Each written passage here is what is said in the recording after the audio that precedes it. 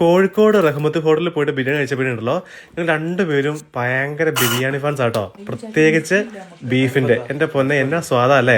സാധാരണ നീ ബീഫ് ബിരിയാണി ഇഷ്ടമല്ലായിരുന്നു, പക്ഷെ അവിടുന്ന് കഴിച്ചപ്പോഴുണ്ടല്ലോ ഞങ്ങൾക്ക് രണ്ടുപേർക്കും ഭയങ്കരമായിട്ട് ഇഷ്ടപ്പെട്ടു. അപ്പോൾ ഇന്നത്തെ പരിപാടി നമ്മൾ ബീഫ് ബിരിയാണി കേട്ടോ. മസാലയ്ക്ക് വേണ്ടിയിട്ട് നമുക്ക് ആദ്യം തന്നെ കൊച്ചുള്ളി, ഇഞ്ചി, വെളുത്തുള്ളി, പച്ചമുളക്, പെരിഞ്ചീരകം ഇന്ന് ക്രഷ് ചെയ്ത് മാറ്റി വെക്കണുണ്ടോ. കൂടാതെ ഒരു 5 സബോള, ഒരു 10 ചെറിയ തക്കാളി കൂടെ അരിഞ്ഞ് മാറ്റി വെക്കണം. ബീഫ് നല്ലോണം കഴുകി എടുത്തതിന് ശേഷം അരിഞ്ഞ് വെച്ചിരിക്കുന്ന തക്കാളിയും സബോളയും പിന്നെ ഉണ്ടാക്കി വെച്ചിരിക്കുന്ന മിശ്രിതത്തിൽ 2 ടേബിൾ സ്പൂണും 2 ടേബിൾ സ്പൂൺ തൈര്, 1 ടേബിൾ സ്പൂൺ നാരങ്ങനീര്, ആവശ്യത്തിന് ഉപ്പ് ഇവ നല്ലപോലെ മാറിനേറ്റ് വെച്ച് അര മണിക്കൂർ മാറ്റി വെച്ചേക്കുക കേട്ടോ. അതിനുശേഷം വീണ്ടും ഒരു 4 സബോള നൈസായിട്ട് അരിഞ്ഞിട്ട് വറുത്ത് കോരി മാറ്റി വെച്ചേക്കുക. ഒരു ഗോൾഡൻ കളർ വന്നോട് വറുത്താൽ മതി. അതുകൂടെ അതിനോടൊപ്പം തന്നെ അണ്ടിപ്പരിപ്പ് മുന്തിരിയും കൂടെ വറുത്ത് കോരി മാറ്റി വെക്കണം. ഇനി റൈസ് ഞങ്ങളിവിടെ ബസ്മതി റൈസാണ് എടുത്തേക്കുന്നത്. ജീരക ശൈലി ഉണ്ടെങ്കിൽ ഏറ്റവും ബെറ്റർ അതാണ് കേട്ടോ. ഒരു ഗ്ലാസ് അരിക്ക് 1 ഗ്ലാസ് വെള്ളം എന്ന കണക്കിൽ ഞങ്ങൾ അരി വേവിച്ച് മാറ്റി വെച്ചു.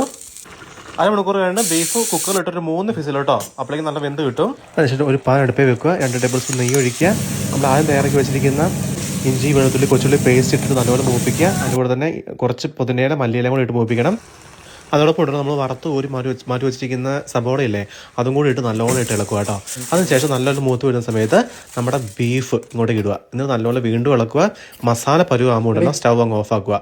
നമ്മൾ റൈസിന് അങ്ങ് ദമ്മ് കൊടുത്താൽ മതി. ഈ മസാലയുടെ പുറത്തോട്ട് റൈസ് ഇട്ടിട്ട് ദമ്മം കൊടുക്കുക. അടിപൊളി